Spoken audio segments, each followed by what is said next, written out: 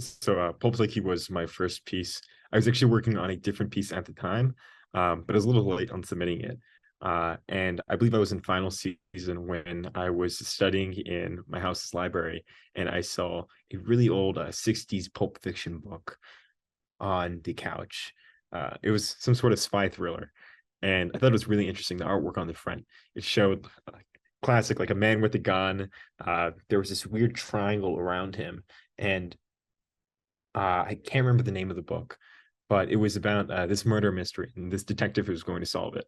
So I saw that, and it reminded me also of kind of the Pulp Fiction comic books and sci-fi thrillers from that time. I thought it was really interesting to see, like, that level of excitement and engagement in the book.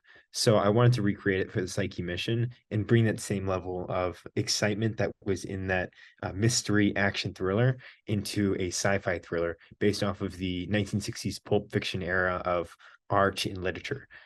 So I created a piece in the center shows an astronaut looking into the eyes of the reader, surrounded by three different sections, one showing the asteroid and the other two showing the title of the book.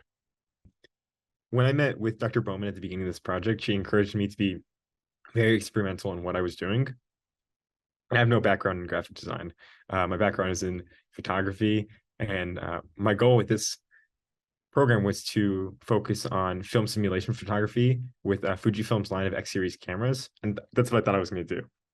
But I really decided to adventure out of my comfort zone.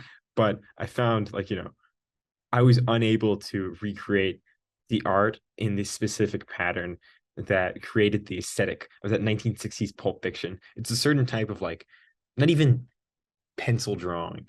Like, the pencil drawing and the cheap press created a very specific look that I couldn't replicate. Definitely not by hand or pen.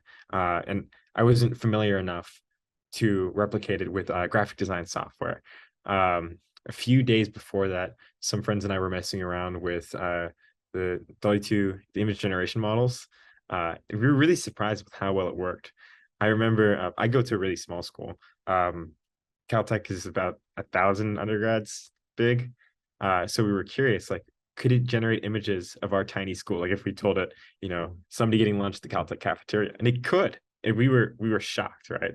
I remember we were really messing around with it, and we gave it the prompt, a car crash in front of, like, Caltech auditorium, and it generated it really well. So I remembered this, and I went back and I started playing with the model. It didn't come out right the first few times, but as I continued to tweak it and give it more specific prompts and learn how the model generated the image from text and specific features of the image from text, I got what I think was a pretty good representation of that aesthetic of drawing for that centerpiece.